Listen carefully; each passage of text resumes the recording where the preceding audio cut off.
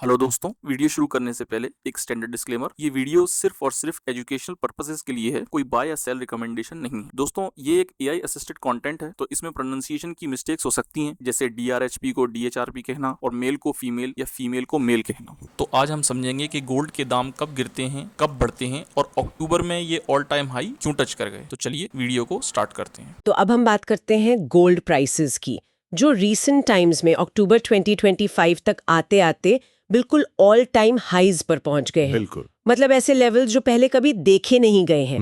ये एक unprecedented situation है और काफी लोगों के दिमाग में सवाल हैं, आखिर हो क्या रहा है। बिल्कुल, मार्केट में काफी क्यूरियोसिटी है, काफी चर्चा है और ये कोई छोटा मोटा जंप नहीं है। ये सिग्निफिकेंट लेवल्स हैं जो हम देख रहे हैं। इन्वेस्टर्स से लेकर कॉमन ऑब्जर्वर्स तक सभी समझना चाहते हैं कि इसके पीछे क्या फोर्सेस काम कर रही हैं। एग्जैक्टली और इसीलिए हम आज थोड़ा गहराई में उतर रहे हैं। हमारे पास कुछ सोर्स मटेरियल है, स्पेसिफिकली कुछ एक्सर्प्ट्स हैं global dynamics driving gold's ascent नाम के एक एनालिसिस से। अच्छा। ये डॉक्यूमेंट बताने की कोशिश करता है कि ये जबरदस्त तेजी, ये रैली क्यों हो रही है।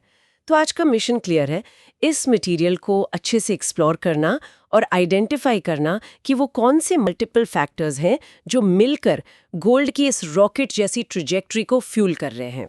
Okay, let's unpack this. हाँ, सबसे पहला और शायद सबसे सेंट्रल ड्राइवर जो सोर्स पॉइंट आउट करता है, यूएस फेडरल रिजर्व की मॉनेटरी पॉलिसी। हाँ, ये आमतौर पर गोल्ड मार्केट एनालिसिस में स्टार्टिंग पॉइंट होता है। सोर्स के मुताबिक यूएस फेडरल रिजर्व ने 2024 में इंटरेस्ट रेट कट्स शुरू किए थे और 2025 में भी उनका ओवरऑल स्टांस काफी डविश रहा है। डविश, इसका क्या मतलब हुआ? अब डविश का मतलब, इसका मतलब है कि फेड थोड़ा नरम रुख अपना रहा है इंटरेस्ट रेट्स को लेकर। वो इकोनॉमी को स्टिमुलेट करने, ग्रोथ को सपोर्ट करने पर ज्यादा फोकस कर रहे हैं, शायद इन्फ्लेशन कंट्रोल के मुकाबले। अच्छा। इसलिए वो या तो रेट्स को कम रखते हैं या फिर उन्हें और कट करने का सिग्नल देते हैं। राइट। लेकिन ये बात थोड़ी काउंटर इंट्यूटिव लग सकती है। लोअर इंटरेस्ट रेट से गोल्ड का क्या कनेक्शन? गोल्ड तो खुद कोई इंटरेस्ट पे नहीं करता, तो रेट्स कम होने से उसे फायदा कैसे होता है? ये एक बहुत इंपॉर्टेंट सवाल है और इसका जवाब अपॉर्चुनिटी कॉस्ट के कॉन्सेप्ट में छुपा है। अपॉर्चुनिटी कॉस्ट, ठीक है। इसे ऐसे समझो, आपके पास अगर इन्वेस्ट करने के लिए पैसा है तो आपके पास ऑप्शंस हैं। आप उसे गवर्नमेंट बॉन्ड्स में लगा सकते हो या किसी सेविंग्स अकाउंट में रख सकते हो, जहां से आपको एक फिक्स्ड इंटरेस्ट इनकम मिलेगी। हाँ। जब इंटरेस्ट रेट्स हाई होते हैं तो ये इनकम स्ट्रीम काफी अट्रैक्टिव लगती है। आपको अपने पैसे पर अच्छा रिटर्न मिल रहा होता है बिना ज्यादा रिस्क लिए। Make sense. हाई रेट्स मतलब बेहतर रिटर्न सेविंग्स और बॉन्ड्स पर। करेक्ट। लेकिन जब फेड रेट्स कट करना शुरू करता है तो in traditional safe investments, bonds, savings accounts पर मिलने वाला रिटर्न भी कम हो जाता है। अब सोचिए गोल्ड के बारे में। गोल्ड एक नॉन यील्डिंग एसेट है, यानी इसे होल्ड करने पे कोई रेगुलर इनकम, कोई इंटरेस्ट या डिविडेंड नहीं मिलता। हाँ, ये तो पता है। तो जब बाकी सेफ ऑप्शंस, बॉन्ड्स, सेविंग्स से मिलने वाला रिटर्न कम हो जाता है, तो गोल्ड को होल्ड करने की अपॉर्चुनिटी कॉस्ट, यानी वो पोटेंशियल इनकम जो आप छोड़ रहे हो गोल्ड में इन्वेस्ट करके, वो भी कम हो जाती है। अच्छा, तो क्योंकि दूसरी जगह कमाई कम हो गई है, इसलिए गोल्ड को ना चुनने का नुकसान भी कम हो गया है। Precisely, it becomes relatively less costly to hold gold. जब इंटरेस्ट रेट्स बहुत कम होते हैं तो इन्वेस्टर्स सोचते हैं, अगर मुझे बॉन्ड्स में सिर्फ 1-2% मिल रहा है तो उससे बेहतर मैं गोल्ड में इन्वेस्ट करूं, जो शायद प्राइस एप्रिसिएशन दे सके या कम से कम मेरी कैपिटल को प्रिजर्व करे। इसलिए lower interest rate environment historically gold के लिए बुलिश यानी पॉजिटिव माना जाता है। ये इन्वेस्टर्स को नॉन यील्डिंग एसेट्स की तरफ पुश करता है। सोर्स ये हाईलाइट कर रहा है कि 2024-25 के फेड एक्शंस ने ये डायनामिक क्रिएट किया है। समझ गए। तो फेड का डॉविश स्टांस गोल्ड के लिए एक मेजर टेलविंड बन गया है। ओके, सो लो रेट्स गोल्ड को फाइनेंशियली अट्रैक्टिव बना रहे हैं, लेकिन सोर्स कहता है कि पिक्चर इससे भी बड़ी है। हाँ। अगला बड़ा पॉइंट जो सोर्स हाईलाइट करता है, जियोपॉलिटिकल टेंशंस, दुनिया भर में जो इंस्टेबिलिटी चल रही है। हाँ, और ये फैक्टर गोल्ड के कैरेक्टर से जुड़ा हुआ है। सोर्स स्पेसिफिक एग्जांपल्स देता है जो अक्टूबर 2025 तक रेलेवेंट है। मिडिल ईस्ट में जो लगातार कॉन्फ्लिक्ट्स चल रहे हैं, खासकर इजराइल पैलेस्टाइन टेंशंस और उससे जुड़ी रीजनल इंस्टेबिलिटी। इसके अलावा यूक्रेन का कॉन्फ्लिक्ट, जो अभी भी पूरी तरह रिजॉल्व नहीं हुआ है, एक कांस्टेंट सोर्स ऑफ अनसर्टेनिटी है। और पीछे बैकग्राउंड में यूएस चाइना के बीच जो ट्रेड और स्ट्रेटेजिक टेंशंस हैं, वो भी एक रिस्क फैक्टर की तरह हमेशा मौजूद रहते हैं। हाँ, वो तो है ही। सोर्स इन सबको कलेक्टिवली एक मेजर ड्राइवर मान रहा है। तो ये सारी ग्लोबल प्रॉब्लम्स, ये लड़ाइयाँ, ये टेंशन्स, इससे गोल्ड का क्या लेना देना? लोग टेंशन में आके गोल्ड क्यों खरीदते हैं? यहाँ कॉन्सेप्ट आता है सेफ हेवन डिमांड का। Safe haven. हाँ, गोल्ड को सदियों से एक सुरक्षित पनागा या सेफ हेवन एसेट माना गया है। इसका मतलब है कि जब दुनिया में बहुत ज़्यादा अनसर्टेनिटी होती है, चाहे वो पॉलिटिकल हो, इकोनॉमिक हो या मिलिट्री कॉन्फ्लिक्ट की वजह से हो, तो इन्वेस्टर्स, बड़े इंस्टीट्यूशनल फंड से लेकर हम जैसे इंडिविजुअल इन्वेस्टर्स तक, ऐसी एसेट्स ढूंढते हैं जो उनके कैपिटल को प्रोटेक्ट कर सकें। अच्छा। ऐसे समय में स्टॉक्स, करेंसीज या दूसरे रिस्कियर एसेट्स की वैल्यू तेजी से गिर सकती है। गोल्ड अपनी हिस्ट्री और परसेप्शन की वजह से एक ऐसी चीज मानी जाती है जिसकी वैल्यू ऐसे टर्बुलेंट टाइम्स में बनी रहेगी या शायद बढ़ भी जाएगी। तो बेसिकली जब डर का माहौल होता है तो लोग सेफ्टी के लिए गोल्ड की तरफ भागते हैं। Exactly, it's a flight to safety. ये एक क्लासिक ह्यूमन रिस्पॉन्स है रिस्क के प्रति, जो फाइनेंशियल मार्केट्स में भी दिखता है। जब जियोपॉलिटिकल हेडलाइंस खराब होती हैं, आप अक्सर देखेंगे कि गोल्ड की डिमांड बढ़ जाती है। सोर्स यही पॉइंट आउट कर रहा है कि 2024-25 में इन मल्टीपल ऑनगोइंग जियोपॉलिटिकल क्राइसिस ने सेफ हेवन डिमांड को कंसिस्टेंटली हाई रखा है, जो प्राइसेस को सपोर्ट कर रहा है। Got it. तो पहले हमने देखा लो रेट्स गोल्ड को फाइनेंशियली अट्रैक्टिव बना रहे हैं, और अब ये जियोपॉलिटिकल टेंशंस उसे एक सेफ्टी नेट की तरह अट्रैक्टिव बना रहे हैं। लेकिन यहाँ एक और एंगल है जो सोर्स बता रहा है, and here's where it gets really interesting. हाँ, सेंट्रल बैंक्स भी इस गेम में बड़े प्लेयर हैं। बता रहे हैं कि सेंट्रल बैंक्स खासकर इमर्जिंग मार्केट्स के जमकर गोल्ड खरीद रहे हैं। Yes, this is a very crucial factor और सोर्सेज पर काफी जोर देता है। हम सिर्फ रिटेल इन्वेस्टर्स या फंड्स की बात नहीं कर रहे हैं, हम दुनिया भर के देशों के सेंट्रल बैंक्स की बात कर रहे हैं। अच्छा। सोर्स स्पेसिफिकली नाम लेता है People's Bank of China, Reserve Bank of India, Turkey का सेंट्रल बैंक, पोलैंड का सेंट्रल बैंक। ये सभी और कुछ दूसरे इमर्जिंग मार्केट सेंट्रल बैंक्स पिछले कुछ सालों में, इंक्लूडिंग 2024-25, कंसिस्टेंटली बड़े वॉल्यूम में गोल्ड खरीद रहे हैं। लेकिन सेंट्रल बैंक्स गोल्ड खरीद क्यों रहे हैं इतना? उनका क्या मोटिव है? सोर्स इसके पीछे एक बहुत बड़ा स्ट्रेटेजिक रीजन बताता है, diversification away from the US dollar. Oh, dollar से दूर। हाँ, कई सालों से ग्लोबल ट्रेड और फाइनेंस हेवीली यूएस डॉलर पर डिपेंडेंट रहा है। देशों के सेंट्रल बैंक्स अपने फॉरेन एक्सचेंज रिजर्व्स का बड़ा हिस्सा यूएस डॉलर डिनोमिनेटेड एसेट्स जैसे यूएस ट्रेजरी बॉन्ड्स में रखते हैं। लेकिन जियोपॉलिटिकल शिफ्ट्स और यूएस मॉनेटरी पॉलिसी के इम्पैक्ट को देखते हुए बहुत से देश, खासकर इमर्जिंग इकोनॉमीज, अब इस डिपेंडेंसी को कम करना चाहते हैं। वो अपने रिजर्व्स को डाइवर्सिफाई करना चाहते हैं और गोल्ड इस डाइवर्सिफिकेशन स्ट्रैटेजी का एक इम्पॉर्टेंट हिस्सा है। तो ये उनकी एक लॉन्ग टर्म स्ट्रैटेजी है, ना कि शॉर्ट टर्म मार्केट टाइमिंग। बिल्कुल, ये इम्पल्सिव बाइंग नहीं है। सेंट्रल बैंक्स जब गोल्ड खरीदते हैं तो वो स्ट्रैटेजिक रीजन से, लॉन्ग टर्म पर्सपेक्टिव से करते हैं। इसलिए इसे स्ट्रक्चरल बाइंग कहा जाता है। Structural buying. ये रिटेल डिमांड की तरह वॉलेटाइल नहीं होती, क्योंकि ये बाय एंड लार्ज स्केल पर होती है और over a period of time चलती रहती है। ये ग्लोबल गोल्ड मार्केट में एक स्ट्रॉन्ग अंडरलाइंग सपोर्ट प्रोवाइड करती है। ये डिमांड फ्लोर की तरह काम करती है। Interesting. What's fascinating here is, इस ट्रेंड का potential long term impact global financial system पर क्या हो सकता है अगर डॉलर की डोमिनेंस धीरे धीरे कम होती है और गोल्ड का रोल रिजर्व्स में बढ़ता है। ये तो काफी डीप इम्प्लीकेशन है। Structural support from central banks, interesting. अब आपने डॉलर की बात की और सोर्स एक और एंगल देता है जो इससे डायरेक्टली रिलेटेड है, यूएस डॉलर की अपनी वैल्यू। हाँ, बता रहे हैं कि 2024-25 के कुछ फेजेस में डॉलर दूसरी मेजर करेंसीज के मुकाबले कमजोर हुआ है।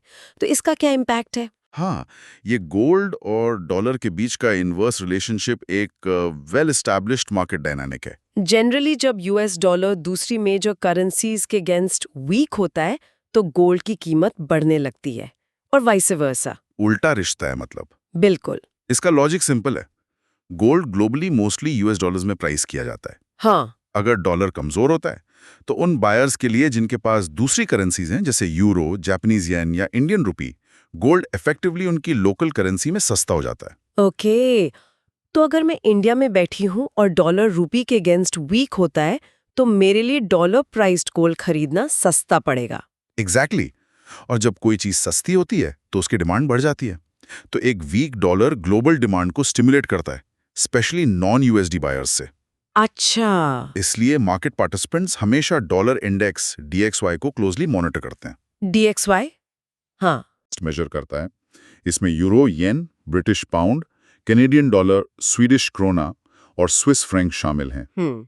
जब DXY नीचे जाता है, डॉलर वीक होता है, तो जनरली गोल्ड के लिए पॉजिटिव माना जाता है।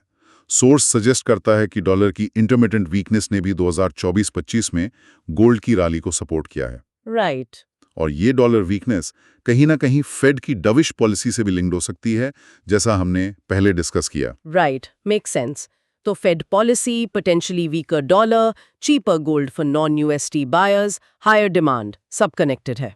ओके। हाँ, तो हमने Fed policy, geopolitics, central bank buying और डॉलर वीकनेस कवर कर लिया। लेकिन सोर्स एक और क्लासिक फैक्टर पर फोकस करता है, इन्फ्लेशन कंसर्न्स और रियल इंटरेस्ट रेट्स। हाँ, रेट्स कट्स के बावजूद महंगाई की चिंता पूरी तरह खत्म नहीं हुई है, ऐसा सोर्स कहता है। करेक्ट। गोल्ड का एक ट्रेडिशनल रोल रहा as an inflation hedge. Inflation hedge, हाँ, मतलब महंगाई से बचाव। बिल्कुल, यानी एक ऐसा एसेट जिसे लोग इसलिए खरीदते हैं ताकि वो बढ़ती हुई महंगाई, इन्फ्लेशन से अपने पैसे की वैल्यू को बचा सकें। जब लोगों को लगता है कि उनके पास जो कैश पड़ा है उसकी परचेसिंग पावर टाइम के साथ कम होती जा रही है क्योंकि चीजें महंगी हो रही हैं, तो वो अपने पैसे को ऐसी जगह लगाना चाहते हैं जो इन्फ्लेशन को बीट कर सके या कम से कम उसके साथ अपनी वैल्यू मेंटेन रखे। हिस्टोरिकली गोल्ड ने ये रोल निभाया है। और इसमें रियल इंटरेस्ट रेट्स का कॉन्सेप्ट कैसे फिट होता है? ये टर्म थोड़ा कंफ्यूजिंग हो सकता है। Let's simplify it. जब आप बैंक में पैसा रखते हैं या बॉन्ड खरीदते हैं तो आपको एक नॉमिनल इंटरेस्ट रेट मिलता है। ये वो एडवर्टाइज्ड रेट है। ठीक है। मान लीजिए ये 5% है, लेकिन इस दौरान महंगाई भी बढ़ रही है। मान लीजिए इन्फ्लेशन रेट 4% है, तो आपकी असली कमाई या रियल इंटरेस्ट रेट सिर्फ 5% माइनस 4% इक्वल्स टू 1% हुई। अच्छा, सिर्फ 1%। हाँ, अब सोचिए अगर इन्फ्लेशन रेट 5% हो जाए तो आपका real interest rate 5% minus 6% is equal to -1%, negative हो गया। मतलब इंटरेस्ट मिलने के बाद भी आपके पैसे की एक्चुअल बाइंग पावर कम हो गई। बिल्कुल, दैट्स द की पॉइंट। जब रियल इंटरेस्ट रेट्स बहुत लो होते हैं या नेगेटिव होते हैं, जैसा कि सोर्स पॉइंट आउट कर रहा है कि 2024-25 में कुछ पीरियड्स में देखा गया, even with Fed rate cuts, तब कैश या लो यील्डिंग बॉन्ड्स होल्ड करना फाइनेंशियली सेंस नहीं बनाता, क्योंकि इन्फ्लेशन आपकी वेल्थ को चुपके से खा रहा होता है। ऐसे माहौल में गोल्ड, जो भले ही कोई यील्ड ना दे लेकिन जिसके पास अपनी वैल्यू प्रिजर्व करने या बढ़ाने की पोटेंशियल है, वो एक ज्यादा अट्रैक्टिव ऑप्शन बन जाता है कंपेयर टू होल्डिंग कैश और bonds earning negative real returns. Right. If we connect this to the bigger picture, low or even negative real rates are perhaps one of the strongest fundamental drivers for gold investment, making holding it almost a necessity for wealth preservation in some scenarios. ये real rates वाला concept अब बिल्कुल clear है। It shows कि सिर्फ headline interest rate देखना काफी नहीं है। ओके, अब थोड़ा फोकस शिफ्ट करते हैं टुवर्ड्स इंडिया स्पेसिफिक फैक्टर्स जो सोर्स मेंशन करता है। हाँ, हम अक्टूबर 2025 के कॉन्टेक्स्ट में बात कर रहे हैं, तो धनतेरस और दिवाली का टाइम है।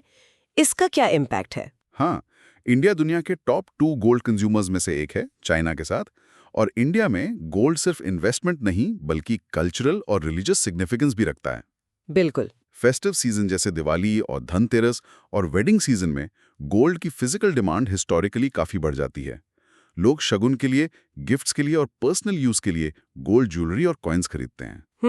तो सोर्स पॉइंट आउट करता है कि अक्टूबर 2025 में ये स्ट्रॉन्ग सीजनल डिमांड भी डोमेस्टिक मार्केट में प्राइसेस को सपोर्ट कर रही है। ये ग्लोबल ट्रेंड्स के ऊपर एक एडिशनल लेयर ऑफ डिमांड है फ्रॉम इंडिया। अच्छा, सोर्स ये भी मेंशन करता है कि इस समय डोमेस्टिक प्राइसेस इंडिया में 78,000 रुपए से 80,000 रुपए पर 10 ग्राम्स के हाई लेवल्स को टच कर रहे हैं। वाह, 80,000 रुपए पर 10 ग्राम्स, ये काफी हाई है।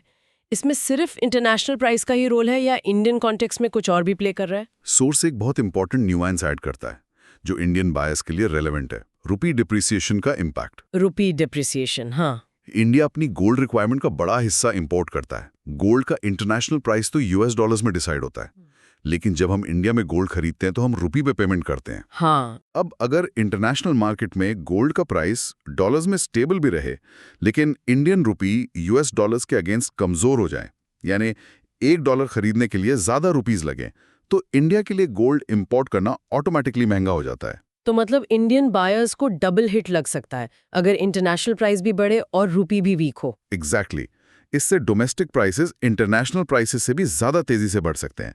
तो जब हम इंडिया में 80,000 रुपीज 80,000 जैसे लेवल्स देख रहे हैं, उसमें इंटरनेशनल रैली का कंट्रीब्यूशन तो है ही, साथ में रुपी की एक्सचेंज रेट का भी इम्पैक्ट शामिल है। अच्छा, ये एक एडिशनल फैक्टर है जो स्पेसिफिकली इंडियन मार्केट में प्राइसेस को इन्फ्लुएंस करता है। Got it. International price multiplied by the USD/INR exchange rate plus local duties and markups gives us the domestic price. Make sense. चलो अब थोड़ा मार्केट के अंदर की डायनामिक्स पर चलते हैं। हाँ। सोर्स कहता है कि टेक्निकल मोमेंटम और मार्केट सेंटिमेंट का भी एक बड़ा रोल है इस रैली में। वो कहते हैं कि जो गोल्ड ने कुछ हिस्टोरिकल रेजिस्टेंस लेवल्स को तोड़ा, ये रेजिस्टेंस लेवल क्या होता है एग्जैक्टली? टेक्निकल एनालिसिस में रेजिस्टेंस लेवल एक प्राइस पॉइंट या जोन होता है जो चार्ट पर आइडेंटिफाई किया जाता है, चाहे हिस्टोरिकली सेलिंग प्रेशर दिखा गया है। ओके। मतलब जब भी पहले प्राइस उस लेवल तक पहुंचा है तो सेलर्स एक्टिव हो गए हैं, सप्लाई बढ़ गई है और प्राइस वहां से रीबाउंड करके नीचे आ गया है। ये एक साइकोलॉजिकल बैरियर की तरह काम करता है। हाँ। जब प्राइस ऐसे एक important well established resistance level को कॉन्फिडेंटली तोड़कर उसके ऊपर सस्टेन करने लगता है तो इसे एक स्ट्रॉन्ग बुलिश सिग्नल माना जाता है। इससे लगता है कि मार्केट का सेंटिमेंट बदल गया है और बायर्स अब कंट्रोल में हैं। और जब ऐसा ब्रेकआउट होता है तो इससे टेक्निकल मोमेंटम कैसे बिल्ड होता है? जैसे ही एक सिग्निफिकेंट रेजिस्टेंस लेवल टूटता है तो मार्केट में कई चीजें ट्रिगर होती हैं। पहला, मोमेंटम ट्रेडर्स एक्टिव हो जाते हैं। Momentum traders? हाँ, ये वो ट्रेडर्स हैं जो प्राइस ट्रेंड्स पर बैट करते हैं। जब उन्हें लगता है कि एक नया स्ट्रॉन्ग अपवर्ड ट्रेंड शुरू हो गया है तो वो बाइंग शुरू कर देते हैं, जिससे ट्रेंड और मजबूत होता है। अच्छा। दूसरा, आजकल के मार्केट्स में एल्गोरिदमिक ट्रेडिंग का बहुत बड़ा रोल है। एल्गो ट्रेडिंग, हाँ। बड़े बड़े फंड्स और trading firms computer programs use करते हैं जो प्रीसेट रूल्स के बेसिस पर ऑटोमेटिकली ट्रेड करते हैं। बहुत से एल्गोरिदम्स ऐसे टेक्निकल ब्रेकआउट्स को बाइंग सिग्नल की तरह देखते हैं। जैसे ही ब्रेकआउट होता है, ये programs automatically large buy orders place कर सकते हैं, प्राइस को और तेजी से ऊपर पुश करते हुए। और फिर आम इन्वेस्टर का फोमो भी किक इन करता होगा, fear of missing out. Absolutely. FOMO या फियर ऑफ मिसिंग आउट एक बहुत पावरफुल साइकोलॉजिकल फोर्स है फाइनेंशियल मार्केट्स में। हाँ, ये तो सुना है। जब इन्वेस्टर्स देखते हैं कि गोल्ड का प्राइस तेजी से बढ़ रहा है, हर तरफ उसकी चर्चा हो रही है, मीडिया में हेडलाइंस बन रही हैं, तो उन्हें डर लगता है कि कहीं वो ये पोटेंशियल प्रॉफिट की अपॉर्चुनिटी मिस न कर दें। इस डर की वजह से वो भी मार्केट में जंप कर जाते हैं, चाहे प्राइस ऑलरेडी काफी बढ़ चुका हो। ये बाइंग प्रेशर को और बढ़ाता है और मोमेंटम को सस्टेन करने में हेल्प करता है। तो टेक्निकल ब्रेकआउट, एल्गोरिथमिक बाइंग और फोमो मिलकर एक सेल्फ रीइंफोर्सिंग साइकिल क्रिएट कर सकते हैं जो प्राइसेस को शॉर्ट टर्म में काफी ऊपर ले जा सकता है। राइट। तो मार्केट साइकोलॉजी और ट्रेडिंग पैटर्न्स भी इस रैली का एक इम्पॉर्टेंट हिस्सा है। फाइनली, सोर्स एक और कनेक्शन की बात करता है स्टॉक मार्केट से। हाँ, जब इक्विटी मार्केट्स में वॉलेटिलिटी यानी उतार चढ़ाव बढ़ती है तो उसका गोल्ड पर क्या असर होता है? सोर्स पॉइंट आउट करता है कि गोल्ड और इक्विटी मार्केट्स का रिलेशनशिप भी इंपॉर्टेंट है। जब स्टॉक मार्केट्स में बेचैनी बढ़ती है, जैसे S&P 500 या दूसरे ग्लोबल इंडिसेस में तेजी से गिरावट आती है, या वॉलेटिलिटी इंडेक्स जैसे विक्स शूट अप करता है, तो मार्केट में रिस्क ऑफ सेंटिमेंट हावी हो जाता है। रिस्क ऑफ मतलब रिस्क नहीं लेना? हाँ, इसका मतलब है कि इन्वेस्टर्स रिस्क लेने से डरने लगते हैं। वो अपने पैसे को रिस्की एसेट्स जैसे स्टॉक्स से निकालकर रिलेटिवली सेफर एसेट्स में डालना चाहते हैं। और गोल्ड वहाँ एक सेफ ऑप्शन की तरह देखा जाता है? हाँ, ऐसे समय में गोल्ड पोर्टफोलियो डाइवर्सिफिकेशन के लिए की एसेट बन जाता है। डाइवर्सिफिकेशन मतलब अंडे अलग अलग बास्केट में रखना? बिल्कुल वही। डाइवर्सिफिकेशन का सिंपल मतलब है अपने इन्वेस्टमेंट्स को अलग अलग एसेट क्लासेस में बांट कर रखना। कुछ स्टॉक्स में, कुछ बॉन्ड्स में, कुछ गोल्ड में, शायद कुछ रियल एस्टेट में। आइडिया यह है कि सारे एसेट्स एक साथ एक ही डायरेक्शन में मूव नहीं करते। अगर स्टॉक्स गिर रहे हैं तो शायद गोल्ड स्टेबल रहे या ऊपर जाए, जिससे आपके ओवरऑल पोर्टफोलियो की वैल्यू बैलेंस हो सके। तो जब स्टॉक मार्केट में डर बढ़ता है तो फंड्स ऑफन इक्विटी से निकलकर गोल्ड जैसे सेफ हेवंस में फ्लो करते हैं। अच्छा। सोर्स सजेस्ट करता है कि 2024-25 में ऐसी इंटरमिटेंट इक्विटी मार्केट वॉलेटिलिटी ने भी गोल्ड के लिए सपोर्ट प्रोवाइड किया है। So what does this all mean? अगर हम इस पूरी चर्चा को जो सोर्स मटेरियल पर बेस्ड है समराइज करें तो ये पिक्चर बहुत क्लियर हो जाती है कि गोल्ड की ये रिकॉर्ड ब्रेकिंग रैली किसी एक सिंगल रीजन की वजह से नहीं है। नहीं, बिल्कुल नहीं। ये एक परफेक्ट स्टॉर्म जैसा है जहां मल्टीपल पावरफुल फैक्टर्स एक साथ काम कर रहे हैं। यूएस मॉनेटरी पॉलिसी का सपोर्टिव होना, low rates, dovish Fed, geopolitical tensions का हाई होना, safe haven demand, emerging market central banks की स्ट्रैटेजिक बाइंग, स्ट्रक्चरल सपोर्ट। हाँ, बीच बीच में यूएस डॉलर की वीकनेस, इन्फ्लेशन की पर्सिस्टेंट चिंता और लो रियल रेट्स का एनवायरनमेंट, इंडिया जैसे देशों से strong fiscal seasonal demand plus currency impact, technical momentum और market sentiment, FOMO, algo trading और स्टॉक मार्केट वॉलेटिलिटी से फ्लाइट टू सेफ्टी, ये सब मिलकर गोल्ड को अक्टूबर 2025 तक इन अनप्रेसिडेंटेड लेवल्स पर पुश कर रहे हैं। बिल्कुल सही समराइज किया। ये एक कॉम्प्लेक्स इंटरप्ले है जहां हर फैक्टर दूसरे को कहीं ना कहीं इन्फ्लुएंस कर रहा है और सोर्स का ओवरऑल कंक्लूजन भी यही निकलता है।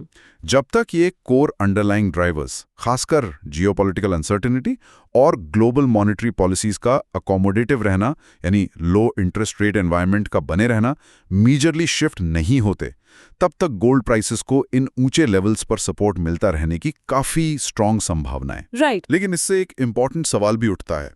This raises an important question.